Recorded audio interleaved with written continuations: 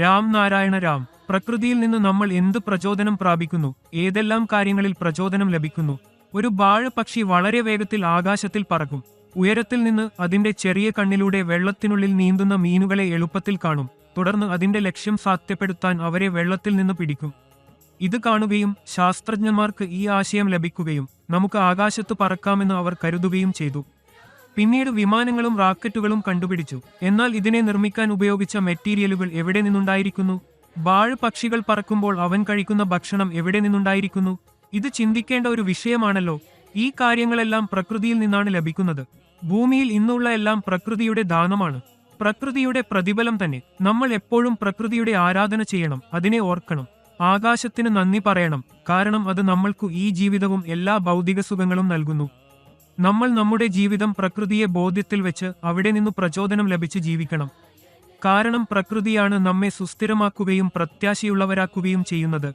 നമ്മുടെ ജീവിതത്തിൽ എങ്കിൽ ഏതെങ്കിലും കുറവ് ഉണ്ടായാൽ പ്രകൃതിയാണ് അത് സുസ്ഥിരമാക്കുന്നത്. അതിനാൽ എല്ലാവരും അവരുടെ പ്രകൃതിയുമായി ബന്ധപ്പെടണം. മനുഷ്യന് ഇന്നുള്ള എല്ലാം ആകാശത്തിന്റെയും പ്രകൃതിയുടെ ദാനമാണ്.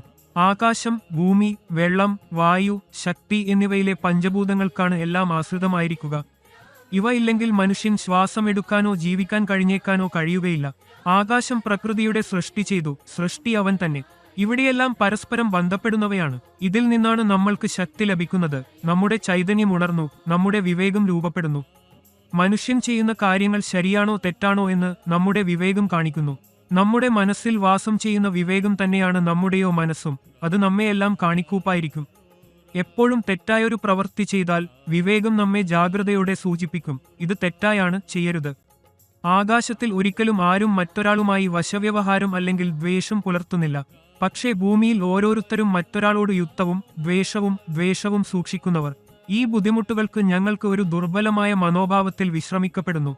ഇവിടെ ഏതാണ്ടു മതം അഥവാ ജാതി എന്നു പറയുമ്പോൾ വിഭാഗം അനുരോധങ്ങൾ പരസ്പരം അവഗണിക്കുന്നു. എന്നാൽ ഞങ്ങൾ ആകാശവും പ്രകൃതിയും എന്ന് പരിശോധിക്കുക. ഒരു സ്ഥിരമായ രീതി എന്നത് എങ്ങനെ നടക്കുന്നു? ജീവിക്കുന്നത് ഒരു ക്രമത്തിൽ എങ്ങനെ നടക്കുന്നു? ഈ പഠനം നമ്മുടെ പ്രചോദനമാണ്. പ്രകൃതിയും ആകാശവും അതിന്റെ ശക്തി എന്നിവയിൽ നിന്നാണ് എല്ലാം കിട്ടിയത്. ആകാശം പ്രകൃതിയുടെ സൃഷ്ടി നടത്തി, സൃഷ്ടി സ്വയം വികസിച്ചു. അതിനാൽ ആകാശത്തിന്റെ ശക്തിയിൽ ചിന്താശക്തിയും വിവേകവും ഉണർത്തുന്നു. അത് നമ്മൾക്ക് ശരിയുള്ള ഒരു ജീവിതം നടത്താൻ സഹായിക്കുന്നു. ഞങ്ങൾ ഒരു റൂട്ടിൻ വഴി ഒരു ജീവിക്കാൻ ആഗ്രഹിച്ചാൽ അതിന്റെ ആത്മാർത്ഥ ബദലിന് നമ്മൾ ഉടൻ രാം നാരായണ രാം എന്ന പദവിൽ ചേരാം. ഓരോ ദിവസം ഇതേ ജപിച്ച് ജീവിതത്തിലെ ഭാഗമാക്കാം. നമുക്ക് ശ്വാസം എടുക്കുന്നതുപോലെ രാം നാരായണ രാം എന്ന പദം ആത്മത്തിൽ വച്ചിടാം.